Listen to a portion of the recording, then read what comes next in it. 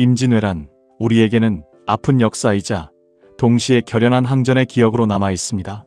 일본이 조선을 침략했던 이유에 대해서는 여러 가지 설이 있지만 과연 그들의 진짜 속내는 무엇이었을까요? 우리는 흔히 임진왜란의 원인을 도요토미 히데요시의 개인적인 야망이나 일본 내부의 불안정한 정세에서 찾곤 합니다. 물론 이러한 분석들이 틀린 것은 아닙니다.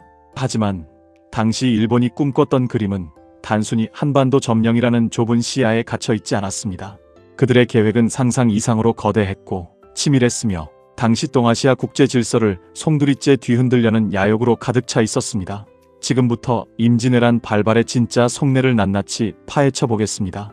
임진왜란 발발 직전의 일본은 100년 넘게 이어졌던 혼란스러운 전국시대를 도요토미 히데요시가 통일하면서 비로소 안정을 찾아가고 있었습니다.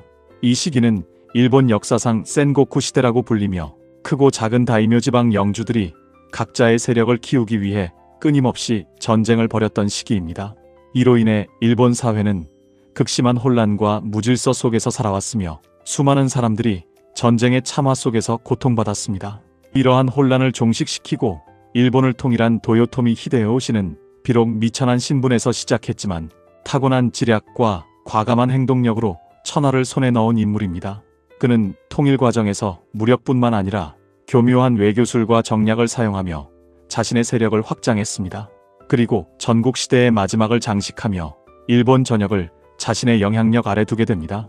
기나긴 내전 끝에 비로소 하나의 나라로 통합된 일본. 이 시기에 일본은 군사적으로 매우 강력한 상태였습니다. 수많은 전투를 통해 단련된 숙련된 병사들과 당시로서는 최첨단 무기였던 조총으로 무장하고 있었죠. 조총은 포르투갈 상인들을 통해 일본에 전래된 이후 급속도로 보급되어 일본군의 주력 무기가 되었습니다. 이 신무기는 기존의 활이나 칼과는 비교할 수 없는 압도적인 살상력을 자랑했고 일본군의 전투력을 한층 더 강화하는 데 결정적인 역할을 했습니다. 하지만 이러한 안정 속에는 또 다른 불안 요소가 숨어 있었습니다. 전국시대가 끝나면서 수십만 명에 달하는 무사들이 갈 곳을 잃게 된 것입니다. 이들은 오랜 전쟁을 통해 오직 싸우는 법만 익힌 존재들이었습니다. 평화로운 시기에 이들은 사회의 불만 세력으로 남거나 혹은 새로운 전쟁을 찾아 나설 가능성이 농후했습니다. 이들을 그대로 방치할 경우 다시 혼란이 가중될 수 있다는 위기감이 감돌았습니다. 도요토미 히데요시는 이 거대한 무사 집단을 통제하고 그들의 에너지를 외부로 돌릴 필요성을 절감했습니다. 이 무사들을 해외 원정에 참여시킴으로써 국내의 불만을 해소하고 동시에 자신의 지배력을 더욱 강화하려는 정치적인 계산이 깔려 있었던 것이죠. 또한 전쟁을 통해 새로운 영토와 재화를 얻어 무사들에게 보상함으로써 그들의 충성심을 확보하고 자신의 정권을 더욱 공고히 하려는 목적도 있었습니다. 그렇다면 왜 하필 그 대상이 조선이었을까요? 단순히 지리적으로 가깝다는 이유만은 아니었습니다. 물론 지리적 근접성은 침략의 용이성을 제공했지만 도요토미 히데요시는 조선을 넘어 명나라, 즉 중국 본토까지 정복하겠다는 원대한 꿈을 꾸고 있었습니다. 그의 머릿속에는 이미 거대한 동아시아 제국을 건설하겠다는 야망이 가득 차 있었습니다. 그는 자신을 일본 국왕을 넘어 천하의 지배자로 여기며 아시아 전체를 아우르는 대제국 건설을 목표로 삼았습니다. 조선은 그 야망을 이루기 위한 첫 번째 관문이자 대륙 침략의 교두보 역할을 할 수 있는 매우 중요한 전략적 요충지였습니다. 한반도를 손에 넣음으로써 대륙으로 진출할 수 있는 안정적인 발판을 마련하고 군수 물자를 보급하며 병력을 충원할 수 있는 전진 기지를 확보하려 했던 것입니다. 다시 말해 조선 침략은 명나라 침략을 위한 중간 단계였던 것입니다.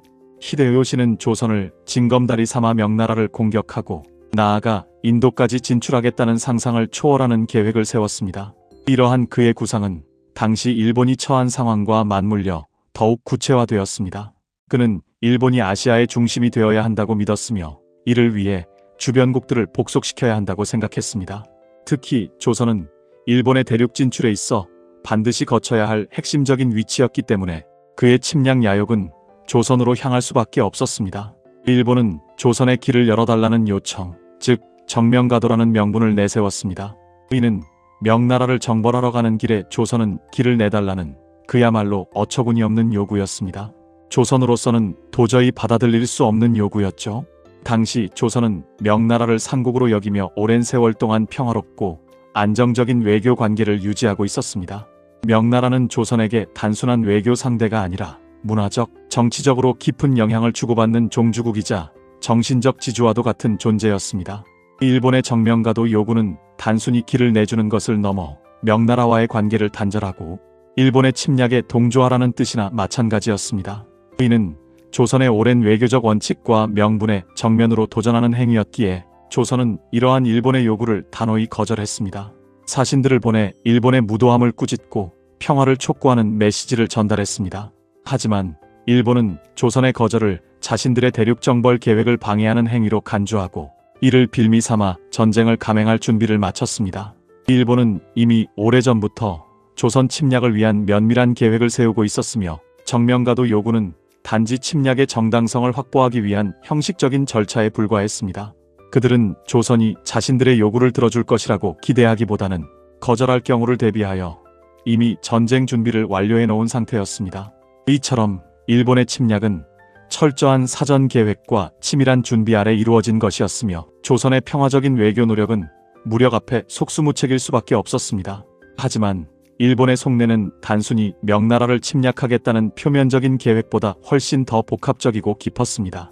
당시 일본은 해외 무역을 통해 상당한 경제적 이득을 얻고 있었지만 섬나라로서 자원 부족이라는 근본적인 문제에 직면해 있었습니다. 특히 조선은 일본에게 부족한 철과 구리 등의 광물 자원이 풍부했고 쌀과 같은 식량 자원도 풍부한 곳이었습니다. 일본은 조선의 자원을 약탈하여 자신들의 경제적 이익을 극대화하고 나아가 명나라 침략 전쟁을 위한 물자 보급 기지로 활용하려는 의도도 가지고 있었습니다. 즉, 조선은 단순한 징검다리가 아니라 일본의 군사적, 경제적 야욕을 충족시켜줄 수 있는 보고였던 셈입니다. 임진왜란 당시 일본군이 조선의 경작지를 황폐화시키고 쌀을 약탈하며 철과 같은 금속 자원을 대량으로 가져간 기록은 이러한 경제적 침탈 목적을 명확히 보여줍니다. 그들은 조선을 식량 창고이자 자원 공급처로 삼아 자신들의 대규모 원정군을 유지하고 전쟁을 지속할 재정적 기반을 마련하려 했습니다. 심지어 도자기를 만드는 기술자나 활자, 인쇄 기술자 등 조선의 숙련된 기술자들을 강제로 일본으로 끌고 가 일본의 문화와 산업 발전에 활용하려는 인적 자원 약탈도 자행했습니다. 이는 조선의 인적, 물적 자원을 총체적으로 흡수하려는 일본의 계획적인 침략 의도를 드러내는 것입니다. 또한 일본은 당시 서구 열강의 아시아 진출에 대한 막연한 불안감을 가지고 있었습니다. 16세기부터 포르투갈, 스페인 등의 서양 세력이 아시아 해상 무역을 장악하며 동아시아의 영향력을 확대하고 있었기 때문입니다. 이들은 신기술과 신문물을 전파하는 동시에 무력을 앞세워 식민지를 개척하고 무역 이권을 독점하려 했습니다. 도요토미 히데요시는 이러한 서구 세력에 대항하여 아시아의 주도권을 장악하고 일본을 중심으로 한 새로운 동아시아 질서를 구축하려는 원대한 야망을 품고 있었습니다. 그는 서구 열강의 위협에 선제적으로 대응하고 일본이 아시아의 맹주로서 패권을 행사해야 한다고 생각했습니다. 조선 침략은 이러한 목표를 달성하기 위한 첫걸음이자 아시아 패권 경쟁에서 우위를 점하려는 시도였던 것입니다. 일본은 조선을 발판 삼아 명나라까지 정복함으로써 아시아 대륙의 패권을 장악하고 서구 세력의 동방 진출을 효과적으로 저지할 수 있다고 판단했습니다. 이는 단순한 침략 전쟁을 넘어 동아시아 국제 질서의 재편을 시도하려는 거대한 음모의 시작이었습니다. 일본은 조선과 명나라를 복속시켜 자신들의 세력권을 확장하고 이를 통해 서구 열강과의 경쟁에서 유리한 위치를 차지하려 했던 것입니다. 이러한 배경에는 서양 문물에 대한 일본 나름의 이해와 동시에 서양 세력에 대한 경계심이 복합적으로 작용하고 있었습니다. 임진왜란 당시 일본군의 전투력은 상당했습니다. 전국시대를 거치며 단련된 숙련된 병사들과 조총이라는 신무기는 당시 조선군에게는 충격적인 경험이었습니다. 조총은 기존의 활이나 칼과는 비교할 수 없는 강력한 살상력을 가지고 있었고 원거리에서도 적에게 치명적인 피해를 줄 수 있었기 때문에 전쟁의 양상을 완전히 바꿔놓았습니다. 일본군은 침략과 동시에 부산진과 동래성을 함락하고 파죽지세로 북상했습니다. 전쟁 발발 불과 한 달 만에 서울 한양을 점령했으며 평양까지 진격하는 등 놀라운 속도로 조선 영토를 유린했습니다. 당시 조선은 오랫동안 평화로운 시기를 보내면서 국방에 대한 관심이 소홀해졌고 군사훈련이 제대로 이루어지지 않았습니다. 병사들은 사기가 저하되어 있었고 무기도 낙후된 상태였습니다. 또한 방어체계도 미흡하여 일본군의 기습적인 공격에 속수무책으로 당할 수밖에 없었습니다. 이러한 상황은 일본군에게는 더할 나위 없이 좋은 기회로 작용했습니다. 그들은 조선이 자신들의 강력한 군사력을 감당할 수 없을 것이라고 확신했고 단기간에 조선 전체를 점령할 수 있을 것이라고 오판했습니다. 하지만 이러한 일본의 계획은 조선 백성들의 강렬한 저항과 이순신 장군이 이끄는 조선 수군의 활약으로 예상치 못한 난관에 부딪히게 됩니다. 이순신 장군은 거북선이라는 혁신적인 무기와 하객진과 같은 뛰어난 전술로 일본 수군을 연이어 격파하며 남해의 제해권을 장악했습니다. 옥포해전, 사천해전, 한산도, 대첩 등에서 이순신 장군의 활약은 일본군의 보급로를 완전히 차단하는 결정적인 역할을 했습니다. 해상 보급로가 끊기면서 일본군은 심각한 물자 부족에 시달리게 되었고 육로를 통한 보급도 각 지역에서 자발적으로 일어난 의병들의 끈질긴 저항으로 어려움을 겪게 됩니다. 의병들은 관군이 제 역할을 하지 못하는 상황에서 스스로 일어나 고향과 가족을 지키기 위해 일본군에 맞서 싸웠습니다. 곽재우, 고경명, 조헌 등 수많은 의병장들이 각자의 지역에서 의병을 조직하여 일본군에게 큰 타격을 입혔습니다. 이들의 활약은 일본군에게 심리적으로나 물리적으로 큰 압박을 주었으며 일본군의 진격을 둔화시키고 전선을 교착 상태로 만들었습니다. 또한 명나라의 지원군이 참전하면서 전세는 더욱 복잡해졌습니다. 명나라 군대는 조총으로 무장한 일본군과 대규모 전투를 벌이며 일본군의 북진을 저지했고 평양성을 탈환하는 등 일부 전과를 올리기도 했습니다. 비록 명군과의 관계가 항상 순탄했던 것은 아니지만 그들의 참전은 일본군에게 추가적인 부담을 주며 전쟁을 장기화시키는 요인으로 작용했습니다. 결국 임진왜란은 7년이라는 긴 시간 동안 지속되었고 조선은 국토가 황폐화되고 수많은 인명피해를 입는 큰 상처를 받았습니다. 전쟁으로 인해 백성들은 삶의 터전을 잃고 고통받았으며 수많은 문화재와 유산들이 소실되거나 약탈당했습니다. 일본 역시 막대한 병력과 물자를 소모하면서 결국 대륙 정벌의 꿈을 이루지 못했습니다. 도요토미 히데요시의 죽음과 함께 일본군은 철수했고 임진왜란은 막을 내렸습니다. 이 전쟁은 일본에게도 막대한 손실을 안겨주었으며 도요토미 정권의 몰락을 가속화시키는 원인이 되기도 했습니다. 일본은 조선 침략 과정에서 자신들의 군사적 강점을 과신하고 조선의 저항 의지를 과소평가했으며 명나라의 개입 가능성 또한 제대로 예측하지 못했습니다. 결과적으로 그들의 야욕은 좌절되었고 수많은 인명과 자원만 낭비하게 된 것입니다. 하지만 이 전쟁은 단순히 조선과 일본 두 나라만의 문제가 아니었습니다.